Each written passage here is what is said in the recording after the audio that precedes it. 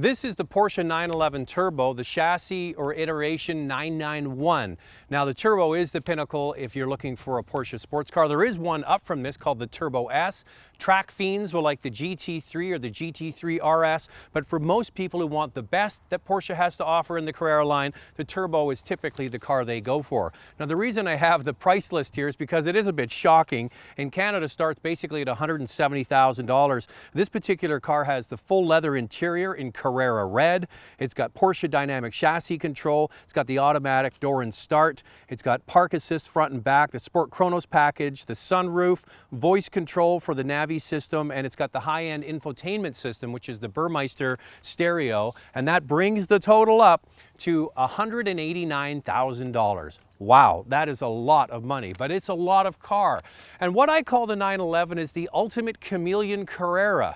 It does everything really well, from stop-and-go city traffic to flat out on the track. So we'll have a quick look at the inside, and then we'll get out on the road.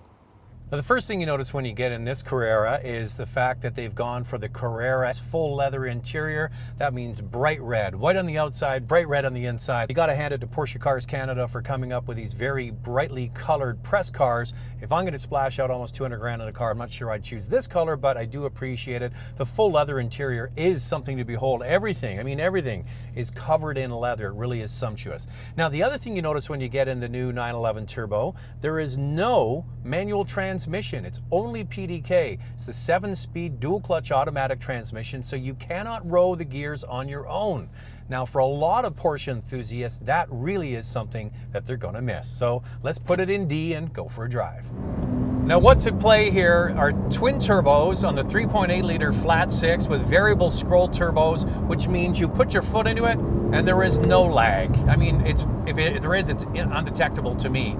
You have the Sport and the Sport Plus. You can do launches with this car with the launch control. It goes 0 to 100 kilometers an hour in just regular drive in 3.4 seconds. You put it in the Sport Plus with the launch control, 3.2 seconds. The all-wheel drive system is always shifting and moving around. Now, a little bit about the 991, the latest iteration of this new Carrera. It's wider, it's longer. The wheelbase is 10 centimeters longer than the previous car. It's more squat.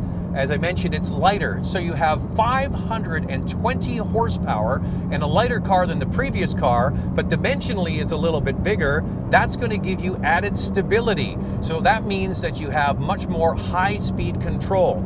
Now, the thing is, in North America, there's really nowhere to exercise this car. You can use it as a daily commuter. It actually is a fantastic car for that, and you can actually just putt around, just put it in drive and get on your Bluetooth, and you don't even realize that you're driving something as high performance as this. But with just a flick of a button, you can push it into Sport, you can go to Sport Plus, and it takes this car from an average everyday, well, actually above average everyday commuter to a fantastic sports car. That's why it's the perfect chameleon Carrera. You can drive it every day, do your business calls, you can park it in the town because it's quite small, and then when you want to, you can launch this car and have an absolute blast. But the reality is, as I mentioned, nowhere really to drive it. So is it a bit overkill for what us here in North America can be able to achieve with it day in and day out? Absolutely. But it's about being the best.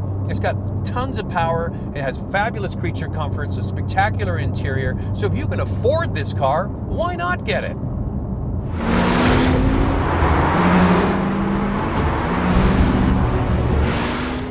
Now, as I'd mentioned, this is already a very, very expensive car, almost $200,000, 520 horsepower, all-wheel drive, all the push you could ever want from any kind of automobile. But the reality is there's nowhere to drive a car like this in North America. We don't have Autobahns. Really, only the place you get to take a car like this would be to the racetrack.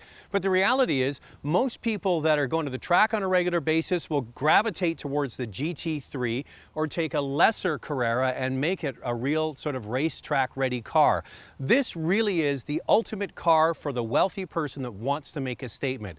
It's expensive, anybody that sees it knows it, and it does everything very well. It's the ultimate chameleon Carrera. Can be very happy driving a business person to work or driving with a lot of scoot if you want to.